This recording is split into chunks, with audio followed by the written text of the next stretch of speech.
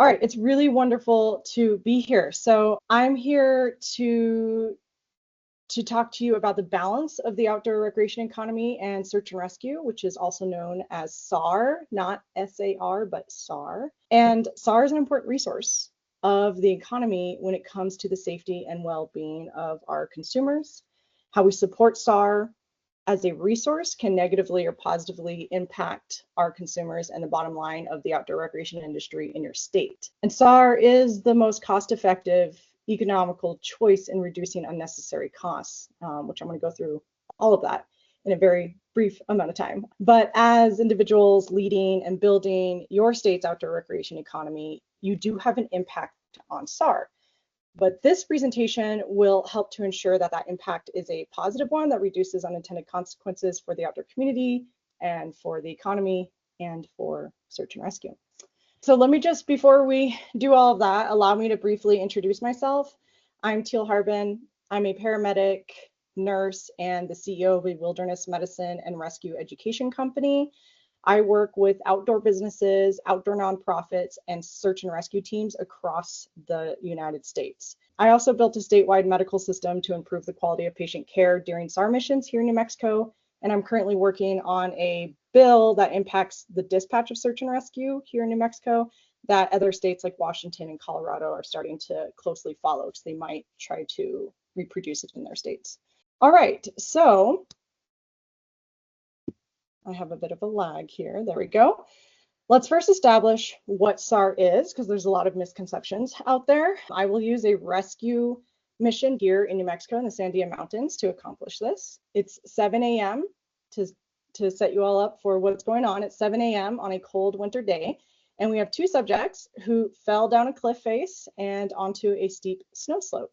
So we have 50 responders heading into the field to facilitate each stage of a search and rescue mission, which is that's each stage of the SAR mission. That is the main responsibility of SAR when they are deployed. So in this case, they're going to traverse and climb over heavily technical avalanche terrain. For those who have never visited New Mexico, you might be surprised we actually have this much snow. We do, and it can be really challenging.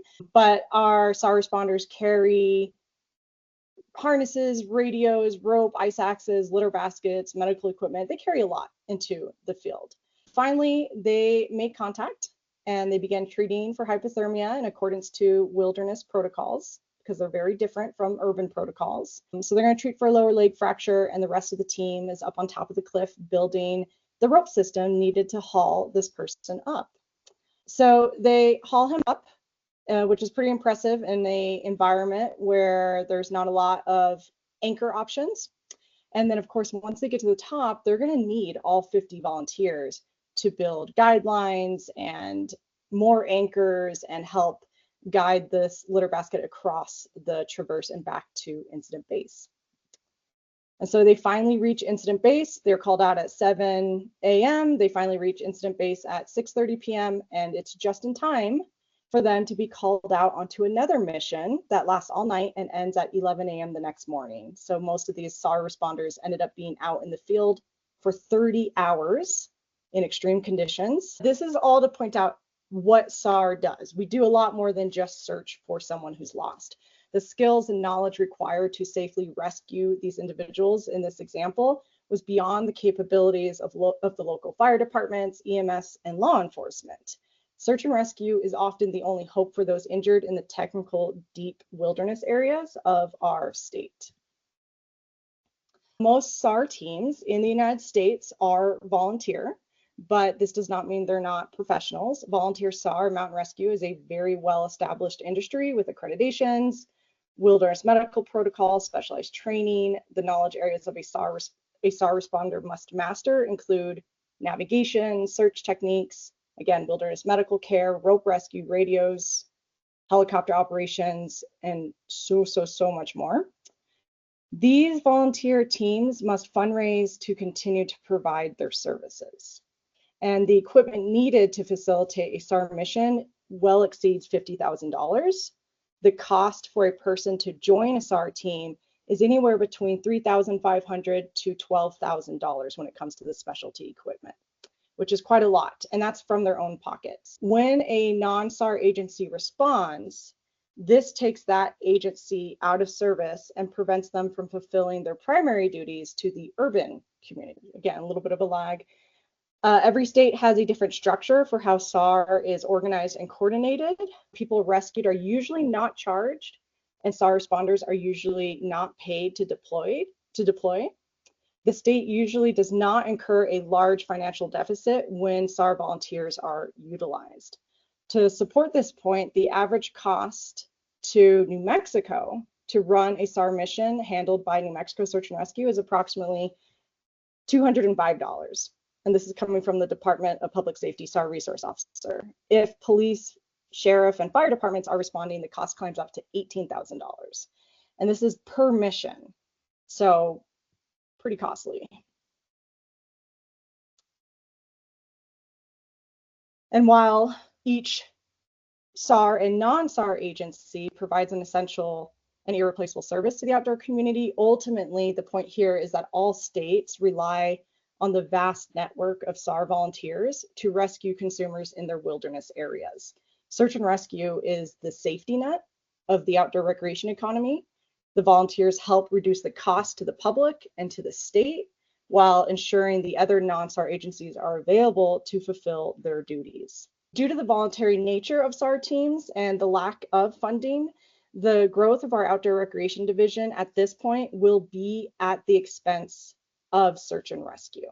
And this is where I'm talking about that balance between the outdoor rec economy and search and rescue, because they do need each other, but when it's out of balance, it's going to be at the expense of the search and rescue teams and of consumers in the sense of their well-being. An increase in call volume will directly translate to an increase in expense for SAR teams that have no access to funds. The rate of unnecessary death and harm to those injured in the wilderness will increase if SAR is not given the resources to meet the demand. And then the cost of the non-SAR agencies to respond when a free resource can be utilized is just an expensive inefficiency of time and money and health. This is a statement from Colorado, just saying that they're already starting to see a surge in their call volume. And they already get 3,000 calls per year, which is a lot. Washington gets about 1,000.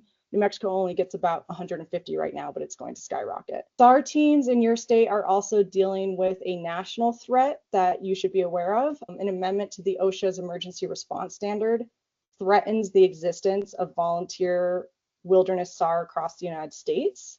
The new OSHA law will require an extensive amount of unrelated requirements for volunteer SAR responders, creating nearly insurmountable financial and training barriers. The New Mexico Department of Public Safety, the state of Utah, Oregon, the Mountain Rescue Association, and many others have voiced concerns and published official statements about this amendment.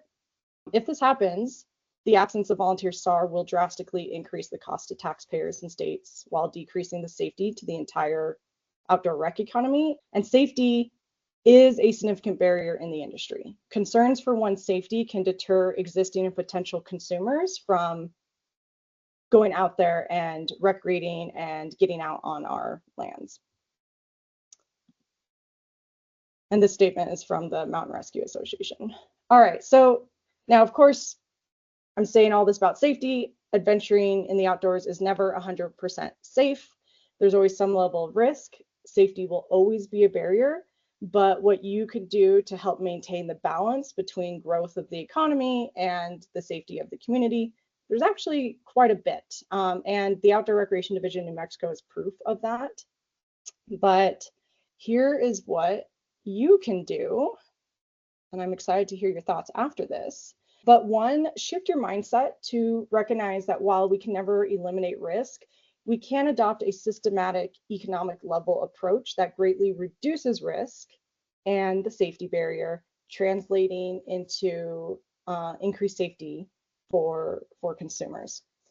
Two, provide resources for SAR in your state. This could be through funding, grant opportunities, because there really are no grant opportunities for search and rescue teams, and that would make a huge difference for teams. But you could also provide funding, equipment. There's lots of creative ways you can support and provide resources for SAR. Colorado recognizes SAR as an essential resource and funds SAR appropriately, which is pretty amazing. Washington just purchased Base Medical's online SAR and wilderness medicine training for all teens across the state. And New Mexico provides SAR responders with 24/7 access to medical direction and standardized medical equipment. And that was to the help of Karina and AJ and Carl with the New Mexico Outdoor Rec Division. And then finally, appoint a SAR representative and outdoor risk mitigation expert to your advisory board if you have one. This is how I became involved with the ORD in New Mexico. I think it has helped greatly. It has helped connect the search and rescue community to the ORD. This individual can also use data and progress from your department to better prepare SAR teams throughout the state, as well as share significant statistics with you. And this is a great way to gain positive PR as well. Appointing a SAR representative to your advisory board would clearly demonstrate your commitment to expanding your division in a responsible, sustainable manner. But if this can't be done, reach out to your local SAR community and connect with them on a regular basis. It will make a big difference. And that's it. Thank you for joining me on discovering how the outdoor rec economy and SAR impact each other. I hope you learned something that can help you and the SAR teams in your state. And I'm here for any questions. I'll go ahead and stop sharing.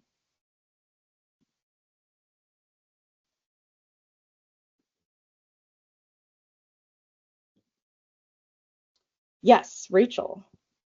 Yeah, you mentioned that there's a bill that New Mexico is putting out that some other states are closely following. I was wondering if you could share that information when it comes out with us. Yes, hopefully it'll be available very soon. I think it was filed yesterday officially, which is exciting. But a lot of states, in summary, a lot of states deal with dispatch issues, and sometimes they're delayed unnecessarily by hours to multiple days. And so this bill is just pretty simple and streamlining that and making sure that all the fire departments, sheriff's offices, and SAR teams work together to facilitate a mission, right? We're all one team. So yeah, I'll share that. Okay, thank you. Yeah. Jorge, is it Jorge? Yeah, it's Jorge. Okay. But you also mentioned like an OSHA law, and I was curious if was it OSHA? Yes. If I'm correct. Is there more information to where we can find that as well? I'd be curious to learn more about that. Yeah, I will send the MRA statement about it. I feel like that's the statement that clearly demonstrates and dissects that new OSHA amendment. There is a big hearing in November about it, and I'm not too sure what the update is. So I will try to find that to send it. In fact, when we're done with this Q&A, I'll find the link and put it in the chat. Awesome. Thank you so much, and great presentation. Thanks.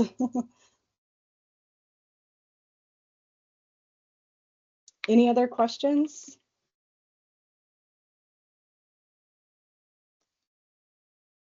Yeah, Sam.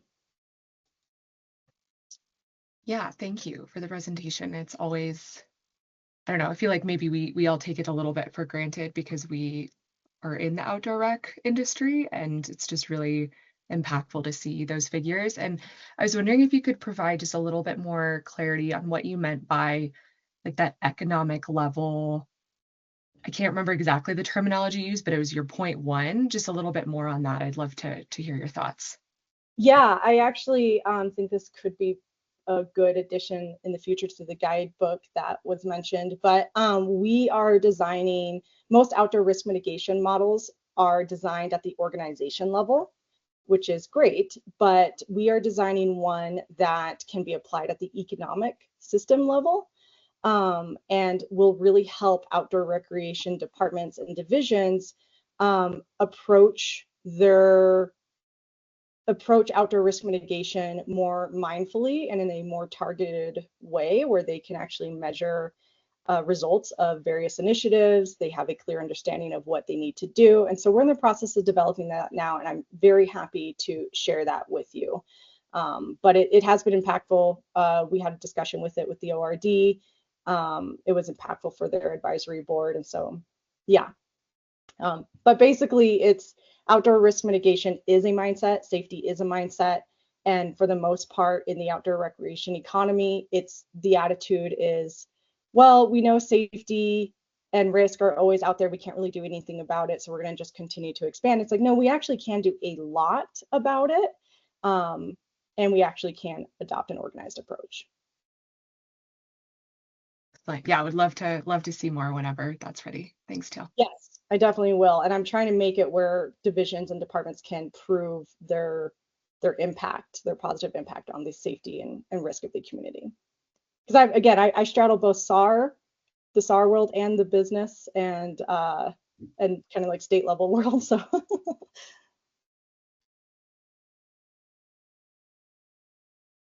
Tara, did you have a question? Oh, okay. No. Bryn. Yeah, just some thoughts and kind of a question coming from Wyoming. I really dove into this like 2 years ago. We used to have to do a project, pick a project for the year, and mine was the outdoor recreation economy in Wyoming and its impact on our search and rescue. And it really was eye-opening because in Wyoming, the eastern part of the state is very more relatively flat. And so, of course, there are less cases out there. And then, of course, we have our western component, Teton County.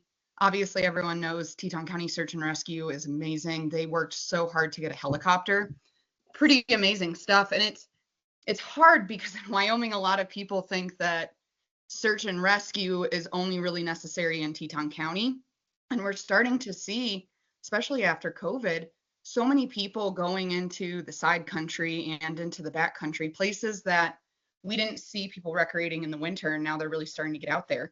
And so we're having a hard time kind of connecting in with the public on the importance of what that $2 donation can be when you're buying your fishing license or when you're buying your boating permit, what that $2 can do if each person were to contribute it. And I guess, what are other states doing to keep that in the public eye and to make sure that they understand there are ways that they can donate? But then also too, in my research, I tried to work with our Search and Rescue Council, and they just seemed so tight knit and very much like we want to open up from a state point, from a state office, and trying to make these connections and see what they need and what they experience in the council and be able to help in this industry. And just, I guess, how do you guys connect in with if you have a state council for search and rescue, or how do you really get that connection made between the state and those folks and then the public? Yeah, but it's all really great. And I would love if you have any research to share on what you found with the project you did a while back. Sure. That's amazing. But yeah, so other states definitely, yeah, some states are funding SAR a lot of different ways. I think I'm almost positive Washington does have grant opportunities for their SAR teams. And then Colorado, of course, has their card, which that's actually one of our projects in New Mexico with our state council, is to develop some sort of card and connect it with, we're going to connect it with the ORD. We'll see if the ORD agrees, because we want it to support other businesses as well. We're kind of like tying it all together, or Department of Fish and Game, but there's lots of different ways you can fund search and rescue, and we're actually working on publishing some of those as well, because part of what our company does here at Base Medical is not only do we provide training for SAR, but we're also trying to provide resources for them to continue to develop themselves, advocate for themselves.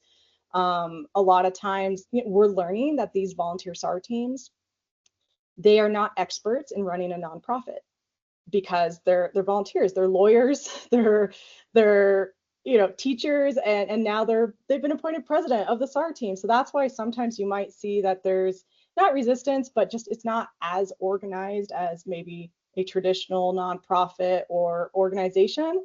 That's also why we are developing a how to run a SAR nonprofit online course this year to better help teams, because that also translates to them qualifying for grants if they don't have their books in order. So again, it's like this multifactorial problem that we're working on. But when it comes to reaching out to your local SAR community. One of the best ways to do that, and one of the best ways to really get them on board, was exactly what AJ did, which AJ basically, I told her, I was like, yeah, we really need these funds to buy equipment statewide. And the next thing you know, she's calling me. She's like, we have the spring runoff event. It's a fundraiser. We want you there. And we'll help advertise and boost the teams. And so, yeah. And then the council was there and a whole bunch of SAR members, and they kind of were like, oh, all right, this ORD is not so bad. And so I would suggest that, reach out and be like, hey, how can I help you? How can we build this relationship? And so, yeah. Tara. Thank you. Yes, and I'm going to have Rachel speak to how her grant program can help with SAR. But a long time ago, I want to say it was 2014, I helped write a bill to create our card, but it came with hardly any money to market. And it's now out of our hands. It's with the Department of Emergency Management, but it is there as kind of a reimbursable grant, in addition to the couple dollars taken from fishing and hunting and so on. It helps, but it's a drop in the bucket. And Rachel, if you'll speak to what we have, but I'd really love to see what you've got from Washington, and if you can provide that link, that would be lovely. So Rachel, do you want to tell about the program that you've created and how it's working so far? Yeah. So I oversee, so a lot of our grants are usually pay to play, and that's what really comes into search and rescue, unfortunately. So we have currently in our state, like I oversee a motorized off-highway vehicle grant, but Jorge is also developing something that includes SAR as well in his boating grant that he'll be proceeding forward with. But the grant that I oversee, it has a category for search and rescue, and we have that coming from our OHV registration dollars. So we've set aside, I believe it's 23% of the funding that we receive allocated annually towards the grant for search and rescue needs. So the only drawback is, again, it's for the motorized side. So we want them to make sure that we're providing stuff for motorized and that it's going back to the community that is paying into it. We've had a couple of drawbacks just because, even in the Moab area, their motorized search and rescue calls may be 25%, but it's like the highest area that receives motorized. So we're kind of trying to reconfigure that, where we're looking at paying towards, like, if someone wants equipment, we'll pay X amount of dollars for this type of equipment, and if they want additional items, they have to provide it themselves, like if they want all the bells and whistles for a machine. But it's very demanding. I believe we've had 23 out of 29 of our counties apply for it. A lot of it, again, is just equipment, but we also offer funding for training, as well as, sorry, I have it up here, machines, equipment, and then training and certifications. Again, it's going to be stuff before a search and rescue call happens. So getting that equipment in place and having that training in place. So again, there's a lot of demand for it. And I know we've been looking at something for our non-motorized side.